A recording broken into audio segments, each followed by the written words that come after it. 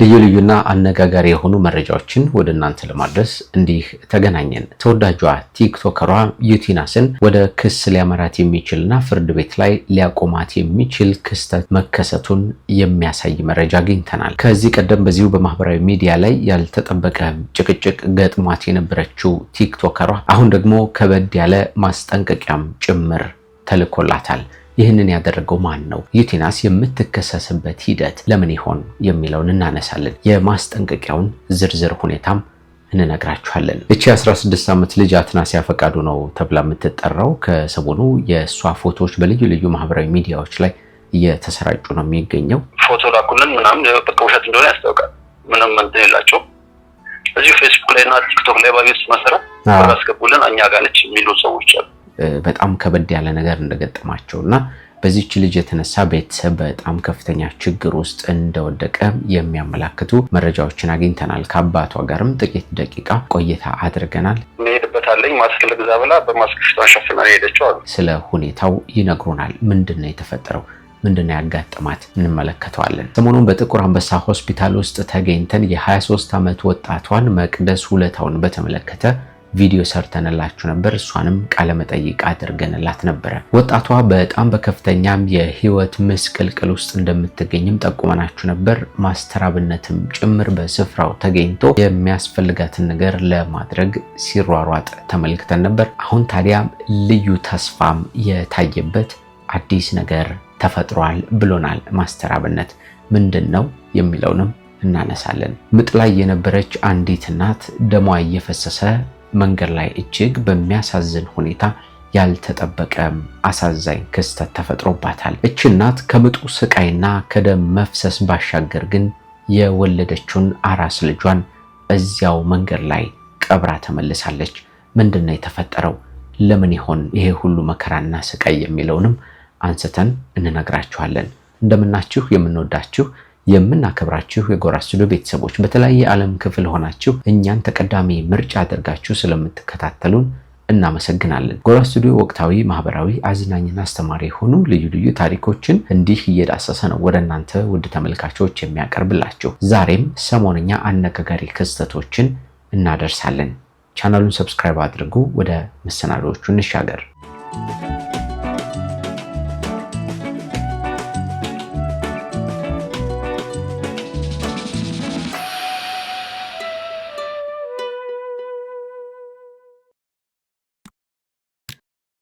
መቅደስ ውለታው ከክፍለ ሀገር ወደ አዲስ አበባ የገባችው ገና በ7 ዓመት እድሜዋ አካባቢ ነበር። አዲስ አበባ ደግሞ ከአባቷ ቤተሰቦች ጋር ነበር የምትኖረው። በኋላ እድሜዋ ከፍ እያለ ሲመጣ ራሴን ችዬ በራሴ መቀጠል እፈልጋለሁ ብላ ከቤት ወጣች። እስከ ተወሰነ ጊዜ ቆይቼ ያው በአጋጣሚ ከነሱ ጋር ተለያይቼ ብቻዬን መኖር ጀመርኩኝ። ትምህርቷን እየቀጠለች በነበረችበት ሂደት ውስጥ ታዲያ ያልታሰበው ነገር ተፈጠረ። ስራ መስራት ስላለብኝ ስራ ጀመርኩኝ። ትምህርቴን አቆምኩኝ። ቤተሰብ ማገዝ ነበረብኝ። ከዚያም እናቴን ማገዝ አለብኝ፣ ትምህርቱን ከመማር ይልቅ ወደ ስራው ዓለም ብቀላቀል ይሻለኛል ብላ በማሰቧ ትምህርቷን አቋርጣ የመስተንግዶ ስራ ጀመረች። በጣም ጠንካራ ናት ከምልህ በላይ። እንደዚህ እንደ ልጅነቷ አይደለችም። በጣም የልጅ አዋቂ ነች፣ ትልቅ ነች። በጣም ለቤተሰቦቿ በጣም ነው የምትጨነቀው። በተለይ ለእናቷ ያላት ነገር በጣም ትልቅ ነውና አውቃ እናቴን ማገዝ አለብኝ፣ መስራት አለብኝ ብላ ነው የምታስበው። የመስተንግዶ ስራ እየሰራች ቤት ኪራዋን እየሸፈነችና እናቷን እያገዘች በጥሩ የህይወት ሂደት ውስጥ ነበረች። ከቅርብ ጊዜያት ወዲህ ግን ያልተጠበቀ ክስተት በህይወቷ ውስጥ ተፈጠረ። ህይወቷ ተመሰቃቀለ። ሰውነቷ ላይ የማበጥ ነገር፣ የማቅለሽለሽ፣ ደም የማስመለስና ሌሎች ከፍተኛ የህመም ደረጃዎችን የሚጠቁሙ ምልክቶችን መመልከት ጀመረችና ወደ ሆስፒታል አቅንታ ምርመራ አደረገች። ይደክመሃል፣ በጣም ስራ ለመስራት ያስቸግራል፣ ድካም አለው፣ ሰውነት ይቀንሳል፣ ምግብ ፍላጎት ይቀንሳል፣ አንዳንድ መንሰር ምናምን ይኖራሉ። በጣም የድካም እንትን አለው። ከዛ አንፃር ወደ ሆስፒታል ሄድኩኝ። የጨጓራ ቁስለትና የሳምባ ምች ነው ምናምን ብለው የተወሰነ ጊዜ መድኃኒት ወሰድኩኝ። ከዛ ግን በጣም እየባሰብኝ ሲሄድ ምናምን ኦንኮ ፓቶሎጂ ሄድኩኝ፣ ታየውኝ። የደም ካንሰር እንደሆነ ተነገረኝ። ያላትን በሙሉ ለሕክምና ማዋል ጀመረች። የታላቅ እህቷን ገንዘብ ጭምር መጠቀም ጀመረች።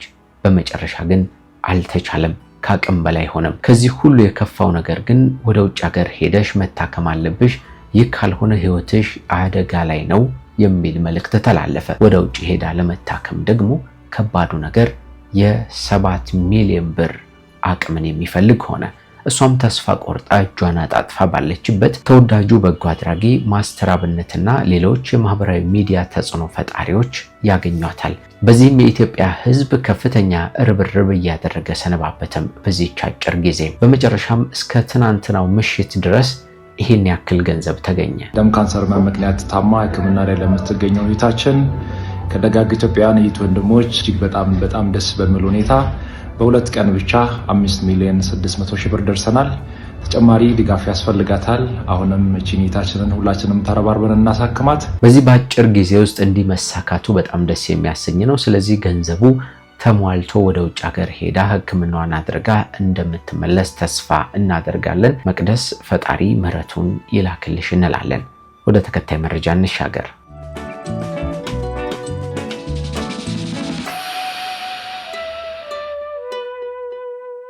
እቺ ታዳጊ አትናሲያ ፈቃዱ ተብላ ትጠራለች። 16 ዓመት ታዳጊ ናት። ከሰሞኑ ታዲያ በማህበራዊ ሚዲያዎች ላይ ፎቶዎቿ እንደ ጉድ እየተሰራጩ ነው የሚገኘው። ቤተሰብ በከፍተኛ ሁኔታ ተጨንቋል። ያለችበት ሁኔታም አልታወቅም። ምንድነው የተፈጠረው የሚለውን ከአባቷ አንደበት እንስማው። እስኪ እንተዋወቅ፣ ስሞትን ይንገሩኝ። ፈቃዱ ባይሳባ። ምንድነው የተፈጠረው? እስኪ እንትን የጭንቀት በሽታ አለባት እና ከዚህ በፊትም ሐኪሞች ክትትል እናደርግ ነው በጣም ነው የምንከታተላት እና ሰላማዊ እንትን ነበር። ከቤት ወደ ትምህርት ቤት ከትምህርት ቤትም ሰርቪስ ነው የሚያመጣት እና የዛን ዕለት ሰርቪስ ውስጥ ሳትገባ ቀረች። መቼ ነበረ? በ26 ከትላንት ወዲያ ማለት ነው። እሺ። ከሮብለት ሰርቪስ ውስጥ አልገባችም። ለጓደኞቿ ወደ ቤት እንደማትመጣ ገልጻ ነበር። እንሄድበታለኝ ማስክ ልግዛ ብላ በማስክ ፊቷን ሸፍና ሄደችው አሉ። ከጧት ከቤት ስትወጣ የነበረችበት ስሜቷ የተለወጠ ነገር ነበር? ትንሽ ትንብላ ነበር። ጥርስሽን ቦርሽም ምናምን እንደሚል ትንሽ ተጨቃጭቀው እና ቦርሻለሁ ብላ ዋሽታ አልቦረሽም ለምን ትዋሻለሽ ጥዋለ ምናምን ተብላ ነው። ከዛ በላይ ያለፈ ጭቅጭቅ የለም። እሱ ደግሞ የዕለት ተዕለት እንትናችን ሁሌም ያለ ነገር ከልጆች ጋር ያለ ነገር። ትምህርት ቤት የነበረችበት ሁኔታ ሰምተዋል? ምናልባት የተወሰነ ሰምተዋል። ሁሉም አስተማሪዎች ያውቃሉ። የመድኃኒት የምትወስደውን ያውቃሉ። ክትትል ያደርጉላታል እነሱ እና ሰላማዊ ብሎ ነበር ያለችው ትምህርት ቤት። ስለዚህ ከትምህርት ቤት ስትወጣ ነው በዛው የቀረችው? ሰርቪስ ውስጥ ሳትገባ ቀረች። አሁን እናንተ ምን አረጋችሁ ከዛ በኋላ? ለፖሊስ አሳውቀናል። ከዚህ ከታች ጀምሮ እስከ ማዕከላዊ ድረስ አሳውቀናል። ፖሊስ መዝግቧል እና በተቻላችሁ መጠን ፈልጉ መንቢት አደጋ ከደረሰ ወይ ችግር ከተፈጠረ እኛ ጋር መረጃ ይመጣል፣ በሱ ነው የምናገኛት ብሎ። አሁን ያው ለቤተሰብ ትንሽ ያስቸግራል እንደዚህ አይነት ነገር። ልጅን ያክል ነገር ከቤት ሲወጣና ሲቀር ያስጨንቃልና አሁን ያላችሁበት ሁኔታ እናትም እርሶም ያላችሁበት ሁኔታ ምን ይመስላል? ቁጭ ብለናል በጭንቀት በከተማ ውስጥ እየተዟዟርን ምናልባት ካየናት ብለን ፈለግን ደከም ትናንትና ከትላንት ወዲያ ሞክረናል። ምንም የተለየ ነገር ማግኘት አልቻልንም እና አሁን አስቸጋሪ የሆነብን አይተናታል ብር አስገቡ የሚሉ በጣም ብዙ ስልክ የተደወለ ምንም ተጨባጭነት የሌለው ማለት ነው። ፎቶ ላኩልን ምናምን በቃ ውሸት እንደሆነ ያስታውቃል። ምንም እንትን የላቸው። እዚሁ ፌስቡክ ላይ እና ቲክቶክ ላይ ባዩት መሰረት ብር አስገቡልን እኛ ጋር ነች የሚሉ ሰዎች አሉ። ስልካቸውን እየያዝን ነው። ምንም ተጨባጭ አይደለም። ከዚህ በፊትም እንደዚህ ህፃናት ሲጠፉ ብር አስገቡ ከኛ ጋር ናቸው የሚሉ የተሳሳቱ ነገሮች ሲዘዋወሩ ሰምተን ነበረ። ልክ የዛ አይነት ነገር ነው ማለት ነው። ከዚህ በፊትም ስለሰማን ፖሊስ ጣቢያ እንደዛ ስላሉ እነሱም እየተከላከለ ነው። ግን በትክክለኛ ያገኘነው ነገር የለም እስካሁን። እስኪ መልእክትዎን ያስተላልፉ። ያው ሁሉም ያየ ልጅ ያለው ስለ ልጅ አቀልን ነው እሷ የሚመስል እንኳን የሚያጠራጥር ነገር ካዩ ስልካችንም ስለተበተነ በስልካችን እንዲደም መረጃ እንዲሰጡ ነው የምንጠይቀው። መልካም አቶ ፍቃዱ፣ እንግዲህ ፈጣሪ ይርዳችሁ። ደግሞ ተገኝታ በአዲስ መንገድ እንደምንገናኝ ተስፋ አደርጋለሁ። እግዚአብሔር ይርዳሽ። አሜን። እሺ፣ መልካም ጊዜ። እሺ። ተወዳጇ ቲክቶከር ዩቲናስ ወደ ፍርድ ቤት እንድትቆም የሚያደርጋት ከባድ ነገር እንደተፈጠረባት ከሰሞኑ በማህበራዊ ሚዲያዎች ላይ እየሰማን እንገኛለን። የዚህ አጨቃጫቂ ጉዳይ መነሻ ታሪክ ዩቲናስ ከወንድ ጓደኞቿ ጋር ሆና ለመዝናናት ወደ አንድ ወንዝ ውስጥ ገብታ ስትጫወት ስትደሰት የሚያሳይ ፎቶና ቪዲዮ ተለቆ ነበር። በፎቶዎቹና በቪዲዮቹ ላይ እንደተመለከትነው አብዛኞቹ አብረዋት የነበሩት ሰዎች ወንዶች ጓደኞቿ ነበሩና ይህንን በተመለከተ ታዲያ ሰኢድ አህመድ በሚል በፌስቡክ የሚታወቅ አንድ ወጣት እነዚህን ፎቶዎች ተንተርሶ ዩቲናስ እርግዝና ቢፈጠርባት የማንኛው ወንድ ነው ብለን ልናስብ ነው አይነት ሐሳብ ያለው ጽሁፍ ያጋራል። ይህንንም ተከትሎ ብዙ ሰዎች እንዲህ አይባልም እኮ ብለው ነገርየውን ሲቃወሙ ተመልክተን ነበር። ጉዳዩ በቀልድ መልክ የቀረበ ነው ብሎ ሰኢድ ሐሳቡን ሰጥቶ ነበር። በኋላ ደግሞ ዩቲናስ የዚህን ጉዳይ አጸፋዊ ምላሽ ለመስጠት በሚመስል ሁኔታ በኢንስታግራም ገጿ ላይ አንድ መልእክት አስቀመጠች። አትላስ ቦሌ አካባቢ 3 ስልኮችን ሰርቆ ተሰውሮብን ነው፣ እባካችሁ የምታውቁት በውስጥ አሳውቁን በማለት ከፎቶ ጋር አያይዛ ይህንን መልእክት አስቀመጠች። ሰኢድ ደግሞ በምላሹ እንዴት እንዲህ አይነት ነገር ሳላደርግ በሌብነት መንገድ ሳልሳተፍ እንዲህ አይነት ሐሳብ ታስቀምጣለች? ይህ ጉዳይ ደግሞ እኔ ህይወት ላይ አደጋ የሚያመጣ ነውና እንዲህ ያለውን ነገር ማድረግሽ ተገቢ አይደለም በማለት ምላሹን ሰጥቶ ነበር። በጉዳዩም ብዙ ሰዎች የተለያየ ሐሳብ ሲሰጡ ነበር። አንዳንዶች ዩቲናስ ያደረገችው ትክክል ነው፣ አንተ መጀመሪያውኑ ማለት የሌለብህ ነገር ነው ያልከው ብለው ሐሳብ ሰጥተዋል። በሌላ በኩል ያሉ ሰዎች ደግሞ እሱ ያንን ሐሳብ ቢሰጥ እንኳን ዩቲናስ ደግሞ ካላት ስምና ዝና አንፃር በእንዲህ አይነት መንገድ ይሄንን አጸፋዊ ምላሽ መስጠቷ ተገቢ አይደለም በሚሉ አጨቃጫቂ በሚመስሉ ሁኔታዎች ነበር የቀጠለው። ሰኢድም ጉዳዩን ወደ ህግ እንደሚወስደውና እንደሚከሳት በማስጠንቀቂያም ጭምር አስቀምጦ ነበር በወቅቱ። አሁን በመጨረሻ ደግሞ ከባድ የተባለውን ደብዳቤ እንዲህ አስቀምጦታል፣ እንመልከተው። ደመላሽ በለጠ የህግ ቢሮ ይላል ለወይዘሪት ሀያት ናስር ወይም ዩቲናስ ከ400 ሺህ በላይ ተከታይ ባለው ኢንስታግራም በተባለ ማህበራዊ ሚዲያ ገጾ ላይ ጥር 28 ቀን 2018 ዓ.ም ባሰራጩት የተንቀሳቃሽ ምስል ደንበኛ የሆኑትን የአቶ ሰኢድ አህመድ ኢድሪስ ፎቶ በማያያዝ 3 ስልኮችን ሰርቆ ተሰውሯልና የምታውቁት ጠቁሙኝ የሚል ጽሑፍ አያይዘው ደንበኛዬ ባሏሉበት የስም ማጥፋት ተግባር ፈጽመዋል ይላል ይኸው ደብዳቤም። ይህ ተግባሩ ደግሞ በማህበራዊ ሚዲያ ላይ እንዲሁም በሚያውቋቸው ሰዎች ዘንድ መነጋገሪያ ሆኖም ሰነባብቷል። ደንበኛዬ ማህበራዊ ግንኙነት እንዲሁም መልካም ስምና ዝና ላይ አሉታዊ ጫናም ፈጥሯል። በዚህም ምክንያት በደንበኛዬ ላይ የማይተካ ጉዳት አድርሰዋል። በመሆኑም የፈጸሙት የስም ማጥፋት ተግባር ከህግና ሞራል የሚጻረር መሆኑን ተረድተው የማስጠንቀቂያ በደረሶ 5 የሥራ ቀናት ውስጥ የደንበኛዬን መልካም ስምና ዝና ባጎደፉበት የኢንስታግራም ገጾ ላይ ተመጣጣኝ የይቅርታና ማስተባበያ ዝግጅት እንዲያከናውኑ አሳስባለሁ። ነገር ግን ይህንን የማያደርጉ ከሆነ በዚህ ጉዳይ ወደ ፍርድ ቤት በመውሰድ በህግ አስገዳጅነት ሞራል ካሳውን ጨምሮ የማስተባበያ ዝግጅት እንዲከውኑ ለመጠየቅ የምገደድ መሆኑን እገልጻለሁ ይላል። መጀመሪያ አካባቢ ላይ ጉዳዩን ከተመለከትኩ በኋላ ተበሳጭቼ ጓደኞችና ወዳጆቼ እስኪ በሽምግልና ይታይ ተረጋጋ የሚል መልእክታቸውን ሰጡኝ። ከዚያም እኔም እሺ ብዬ ቁጭ አልኩና እሷን ካናገራት በኋላ ምላሿን ሰጥታ ግን አስፈላጊውን ጥረት ማድረግ አልፈለገችም፣ በዝምታ አለፈችው በማለት የንዴት ሐሳቡን ያስቀምጣል ሰኢድ። ለመነጋገርም ሆነ ቀርቦ ለማውራት ወይም ደግሞ ጉዳዩን ለማስተባበል ስትጥር አልታየችም ነው የሚለው የሰኢድ ሐሳብ። ሰኢድ ቀጥሎ ሐሳቡን ሲናገር ከዚህ ከተጀመረው ሂደት ባሻገር ደግሞ ጠበቆቼ ህጋዊ በሆነ መንገድ እስኪን ሞክረው ብለው አሁን የተነበበውን ደብዳቤ አያይዘው በዋትስአፕ ላይ አስቀምጠውላት ልከውላት ነበር። ጉዳዩንም አይታ ምንም አይነት ሪስፖንስ አልሰጠችም። እንዲያውም የማፌዝ አይነት ምልክት ያለው መንገድ ነው ያሳየችን በማለት ነው ሐሳቡን የሚያስቀምጠው። የቀጣዩ ፕሮሰስ የሚሆነው የፍርድ ቤት ሂደት ነውና እሱም ሂደቱ ተጀምሯል በማለት ገልጿል ሰኢድ። አንዳንድ ሰዎች ፈርቼ የተውኩት መስሏቸው ነበር፣ ሌላኞቹ ደግሞ ለመታወቅ ብዬ ምላሽ የሰጠው መስሏቸው ነበር፣ እኔ ግን ከምሬ ነበር በማለት ነው ሰኢድ ሐሳቡን የሚገልጸው።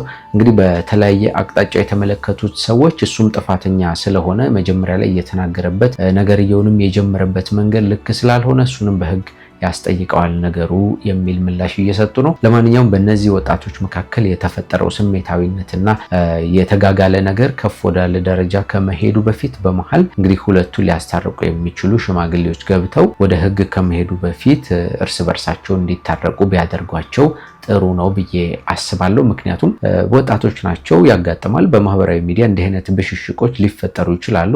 ስለዚህ ከፍ ወዳለ ደረጃ በሁለቱም ሰዎች ዘንድ ያልተፈለገ ነገር ከሚፈጠርባቸው በሽምግልና መፍታቱ ጥሩ ነው ብዬ ማምናለሁና ለማንኛውም ፈጣሪ መልካሙን ነገር ያምጣላችሁ እንላለን።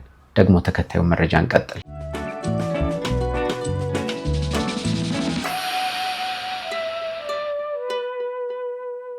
በደቡብ ኢትዮጵያ በጉርጂ ዞን ቦንጮ ቀበሌ አካባቢ የተፈጠረውና የተላከው መረጃ በጣም የሚያሳዝን ሆኖ ተመልክቻለሁ። እንደምትመለከቱት በፎቶዎቹ ላይ የሆኑ ወጣቶች አንዲት እናትን በቃሬዛ ይዘው ተሸክመው ሲሯሯጡና ሲሄዱ እንመለከታለን። ታዲያ ይህች እናት ነፍሰ ጡር ሆና ሰነባብታ 9 ወራት ከተቆጠሩ በኋላ የመውለጃ ጊዜ ስለደረሰ እሷን ወደ ሐኪም ቤት ለመውሰድ ነበር እንዲህ ሲጣደፉ የነበረው። በጣም አስቸጋሪው የሆነው ነገር ምን መሰላችሁ? በመንደራቸው የሕክምና ተቋም ወይም ክሊኒክ የለም። መንገድም የተሰራላቸው ሁኔታም አልነበረምና ከ50 ኪሎ ሜትር በላይ ተጉዘው ነው በሌላ አካባቢ ይህንን ሕክምና ማግኘት የሚችሉት። ከዚያም በቃሬዛ ተሸክመው በመታዩት መንገድ ጉዟቸውን ሲቀጥሉ በመሃል ግን ምጡ ከፍ ወዳለ ደረጃ በመሻገሩ በጣም በከባድ ስቃይ ውስጥ ሆና ይህንን ለማከናወን ትገደዳለች። እናት በከፍተኛ ደም መፍሰስ በከፍተኛ ጩኸትና ስቃይ ውስጥ ልጇን ትገላገላለች። ያልታሰበው ነገር ግን ከወለደች በኋላ ነበር። ልጁ በህይወት አልተገኘም፣ ሞቷል። በህክምና አገልግሎት አግኝታ ወልዳ ቢሆን ምናልባትም ልጇን ላታጣ ትችል ነበር። እሷም ለከፋ ችግርና ስቃይ አትጋለጥም ነበር። ይሄ ሁሉ ደም የፈሰሰው ይሄ ሁሉ ስቃይና መከራ የመጣባት በተለይ ደግሞ እንዲህ 9 ወር ሙሉ በሆዷ ተሸክማ በመጨረሻም በስቃይ የወለደችው ልጇን በህይወት ማጣት ደግሞ ከባዱ ፈተና ነውና ይህን ሁሉ ነገር ላታይ ትችል ነበር። እባካችሁ ድምጻችን ይሰማልን፣ በአካባቢያችን መንገድና የህክምና ተቋም ያስፈልገናል ብለው ለፋስት መረጃ በላኩት ሁኔታ ውስጥ ነው እኛም መረጃውን አግኝተን ወደ እናንተ ያደረስነው። እንዲህ ያለው ከባድ መከራ ዛሬም እኛ ሀገር ላይ አለ፣ ቀጥሏል። በሀገራችን አንዳንድ የገጠር ስፍራዎች ላይ ዛሬም ድረስ የህክምና ተቋም ባለመገንባቱ በእንዲህ አይነት መንገድ ነው ህዝቦቻችን እየተሰቃዩ የሚገኙትና እንግዲህ እንዲህ አይነቱን ችግሮች መቅረፍ የሚችሉ የመንግስት አካላት ሌሎችም ተቋማትና በጎ አድራጊ ድርጅቶች በእንዲህ አይነት በገጠር ስፍራዎች ላይ የእናቶችን ስቃይ ለመቀነስ ይህንን ማድረግ ተገቢ ነው የሚል መልእክት አለን። በተለያየ ዓለም ክፍል ሆናችሁ እኛን ተቀዳሚ ምርጫ አድርጋችሁ ስለምትከታተሉ እናመሰግናለን። ጎራ ስቱዲዮ ወቅታዊ፣ ማህበራዊ፣ አዝናኝና አስተማሪ የሆኑ ልዩ ልዩ ታሪኮችን እንዲህ እየዳሰሰ ነው ወደ እናንተ የሚያቀርበው። ዛሬም አነጋጋሪ የሆኑ ሰሞንኛ ክስተቶችን አንስተን ወደ እናንተ አደርሰናል። ከዝግጅታችን ብዙ ቁም ነገሮችን እንዳገኛችሁ ተስፋ እናደርጋለን። ጌታቸው በላይ ደግሞ መሰናዶቹን አዘጋጅቼ አቅርቤላችኋለሁ። ቻናላችንን ሰብስክራይብ አድርጉ። ሐሳብ አስተያየታችሁን ኮሜንት ላይ አኖሩልን። በነገራችን ላይ ዳታውን ስመለከት ሰብስክራይብ ሳያደርጉ የሚመለከቱ ሰዎች ብዙ እንደሆኑ እንረዳለን በእኛ ቻናል ላይና ስለዚህ ሰብስክራይብ ያላደረጋችሁ ሰብስክራይብ አድርጉን። ጠቃሚ የሆኑ እንዲህ አይነት ዝግጅቶችን ታገኙበታላችሁ ብለን ስለምናስብ ነው። ደግሞ በሚቀጥለው እንገናኛለን። እስከዚያ ሰላም ቆዩልን።